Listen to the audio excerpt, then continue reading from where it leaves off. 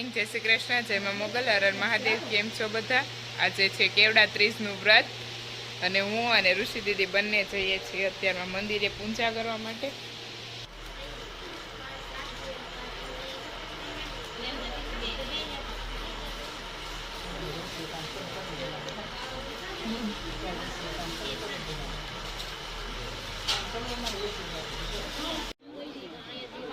એવું છે તો આપણે લઈ લો, લે 10 રૂપિયા।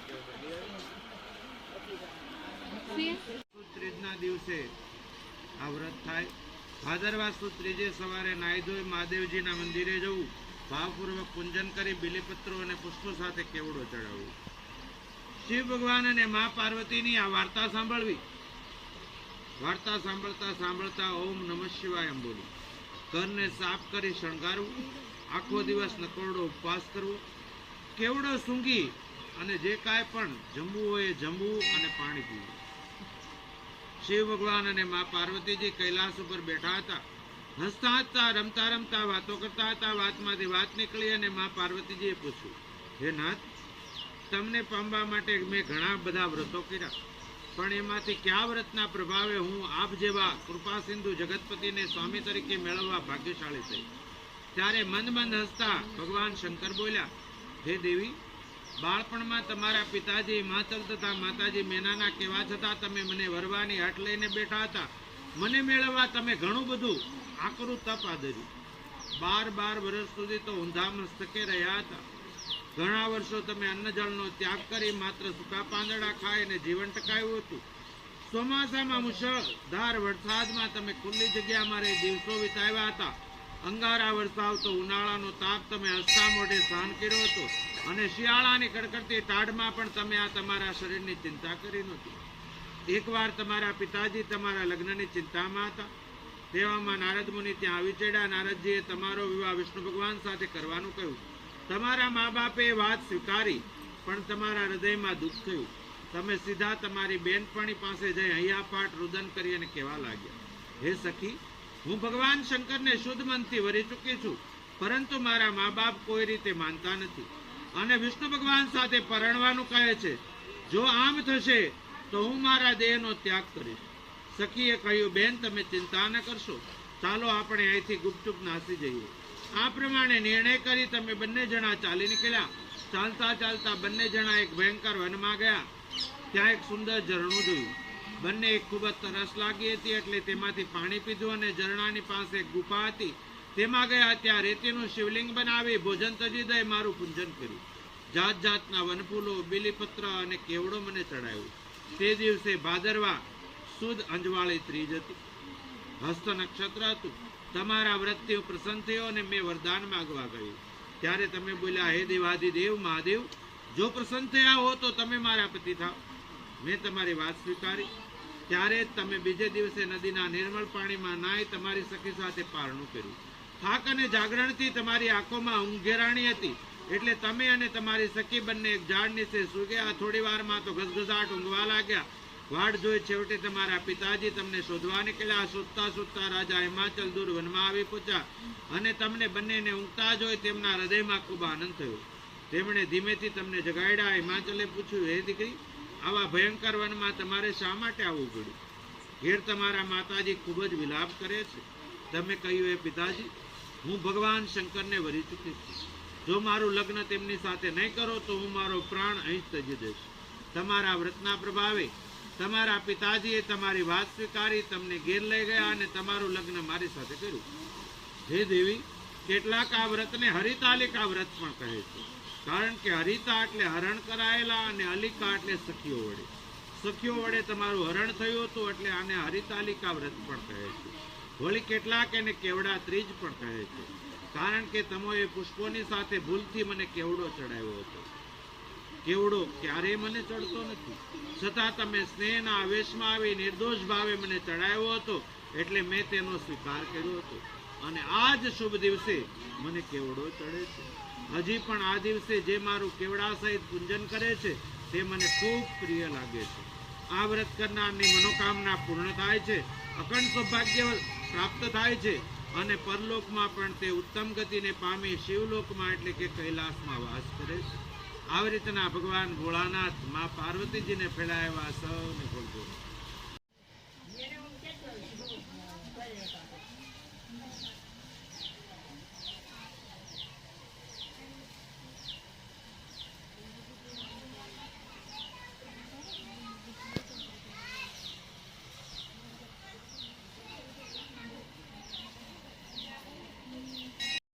ની પૂજા કરી લીધી છે મેં અને મારા ઋષિતા દીદીએ, અને હવે અમારે જવાનું છે ફોટા પાડી અને અહીંયા માતાજીના દર્શન કરી લઈએ, ને પછી હું અને અમારા ઋષિતા દીદી બંને જવાના છીએ ઘરે.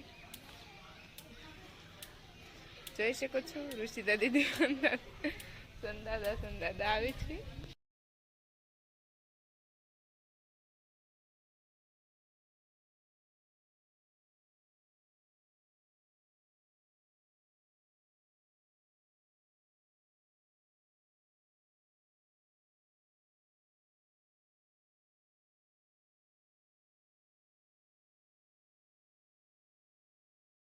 પૂજા પણ કરી લીધી અને ફોટા અને રીલ્સ બધું શૂટ કરી, અને હવે હું અને ઋષિતા દીદી બંને જઈએ છીએ ઘર બાજુ, કેમ કે પૂજાનું આપણે વિધ હતું ત્યારે મેં આખો શૂટ લીધો હતો, કેમ કે અમે બેનું હોય પૂજા કરવામાં તો કોઈ આમે ઉતારી ન કે.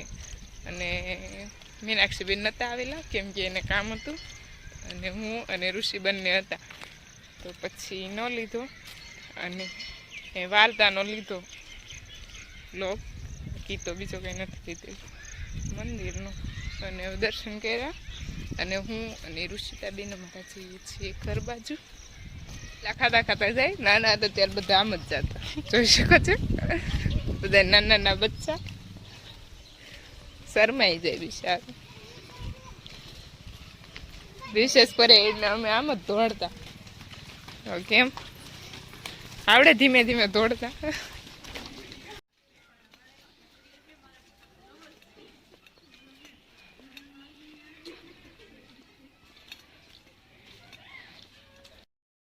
જય શ્રી કૃષ્ણ બધાને. અને આજે છે ભાદરવાની ત્રીજ, એટલે આજે કેવડા ત્રીજ પણ છે, અને અમારી હિરલ દીદી અને ઋષિતા દીદી બંનેને આજે કેવડા ત્રીજનું વ્રત પણ છે, અને તે મંદિરે પૂજા કરી આવ્યા છે, અને જોઈ શકો છો ઘરે આવી ગયા છે. અને બસ હવે શું કરીએ નક્કી નથી, કારણ કે કાલે વરસાદ સારો પડી ગયો, ધારા બારો આખા વર્ષમાં નહોતો થયો, કાલ થઈ ગયો છે. એટલે અત્યારે અમારે વાડીએ જવાનું રહ્યું છે બંધ, નહીં તો મારે અને મમ્મીને જવાનું હતું વાડીએ. અને બસ હવે અમે છીએ કાવતરા. मैं दर्जी नहीं हूँ, टीचिंग का काम तुम करती हो. गुजराती यार, ये गुजराती. तू हिंदी बोल, હું તો ગુજરાતી બોલું છું. કે તમે બાવા હિન્દી કેમ બોલો? અમને એવી લેર ચડે, ઘડીક હિન્દી ને ગુજરાતી ને કાઠિયાવાડી ને. 2 વાગી ગયા અને અમારા ગામમાં 1 વાગ્યા પહેલાનો શાયદ વરસાદ ચાલુ છે. અને આજે તો ફૂલ વરસાદ, કેમ કે કાલે પણ ફૂલ હતો, અને બધા એવું કહે છે કે આપણે અત્યાર સુધીનો જે વરસાદ છે ને ક્યારે વાડી બહાર પાણી નથી કાઢ્યા. આ 2 દિવસથી એવો વરસાદ છે ને કે વાડીની બહાર પાણી નીકળી જાય એવો છે. અને અમે તો ગોળણી કરેલા હતા આજે અમને એક દીદીએ, તો અમે 3 સિસ્ટર આજુબાજુના અમે ગયેલા હતા ને, તો એટલો વરસાદ, અને થોડીક વાર આમ રહી ગયા ને અમે ઘરે આવતા ને તો પલળી ગયા થોડાક, અને વરસાદ ફૂલ હતો, ઘરે આવું કેમ. અને પછી અને હજી પાછો વરસાદ ચાલુ થયો, ત્યારે થોડોક ધીમો પડ્યો હતો અને પાછો ચાલુ થયો. અને પપ્પા મોવા ગયેલા હતા ઘરે આવ્યા, એ કહેતા તલગાચડા તો બહુ વરસાદ નથી, રાતોલમાં આવતા વરસાદ વધી ગયો. એટલે છે આજે અમારા ગામમાં ફૂલ વરસાદ. અને કોના ગામમાં વરસાદ છે તે કોમેન્ટમાં કહેજો. અને બહાર જાઓ, બહારનું પાણી હું તમને બતાવું, શેરીમાં ફૂલ પાણી છે, પણ વરસાદ રહે નહીં ને એટલે આપણે પલ્લી જઈએ આખા, એવું છે. આવી ગઈ અમારા ઘરથી બહાર, અને જોઈ શકો છો પાણી. અને કોના ગામમાં આજ વરસાદ છે તે કોમેન્ટ કરીને કહેજો. જો હું તમને બતાવું શેરીમાં વરસાદ, જોઈ શકો છો વરસાદ, ભૈયા વરસાદ.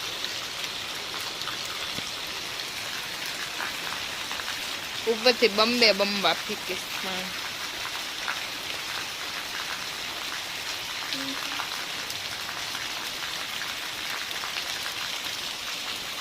આ તો ઓછું પાણી થઈ ગયું અને જ્યારે પેલા 1 વાગે આજુબાજુ જો વરસાદ આવે તો ફૂલ આમ ફૂલ ગાય માતા બિચારા ધાબાના ઓલા નીચે ઊભા રહી ગયા છે કેમ કે એને પણ વરસાદ ન લાગે એ માટે જોઈ શકો છો.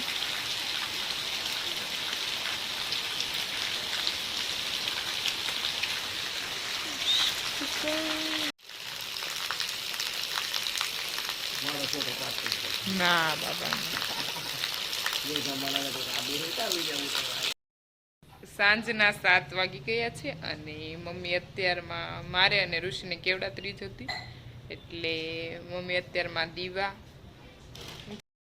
દીવા પ્રગટાવે છે અને આખી રાત દીવો ચાલુ રાખવાનો. જેને આખી રાતનું જાગરણ હોય આખી રાત રાખી અને જેને 12 વાગ્યા સુધી 12 વાગ્યા સુધી. અને અમારા ઋષિ તો છો મારા મમ્મી દીવા કરે છે, એક ઋષિતા દીદીનું અને એક મારો મમ્મી કરી નાખે છે અને ચાલુ રાખવાનું જાગરણ. ઋષિને આખી રાતનું જાગરણ છે, મારે 12 વાગ્યા સુધી.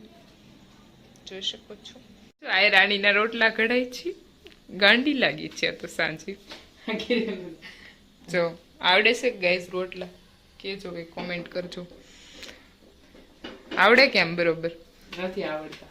નથી આવડતા? નથી આવડતા મને. નથી આવડતા પણ આવું કોઈ પેલા જેટલા બેન રોટલા નહીં ખાતા, આપડા ગઢિયા બહુ ખાતા. આપણને એસિડિટી વધી જાય ને એટલે આપણી રોટલા ઉપર આવી જાય.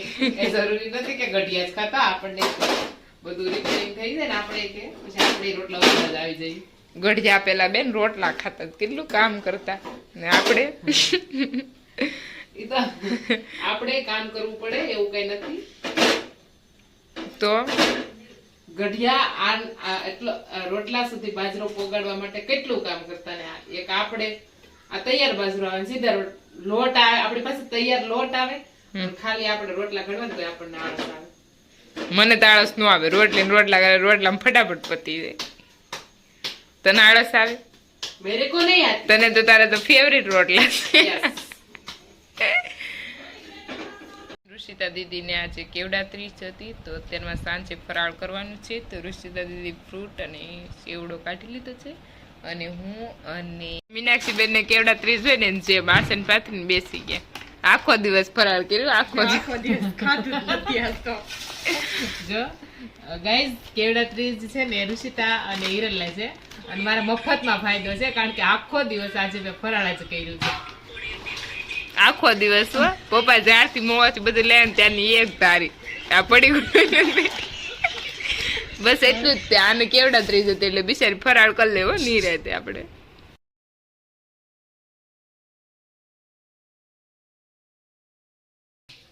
આઈ હોપ કે તમને મારો બ્લોગ ગમ્યો હશે અને કાલે મળીએ નવા બ્લોગ સાથે. જે બી લોકો ન હોય તે લાઈક શેર એન્ડ સબસ્ક્રાઇબ કરવાનું ભૂલતા નહીં. Bye bye. જય મા મોગલ. હર હર મહાદેવ.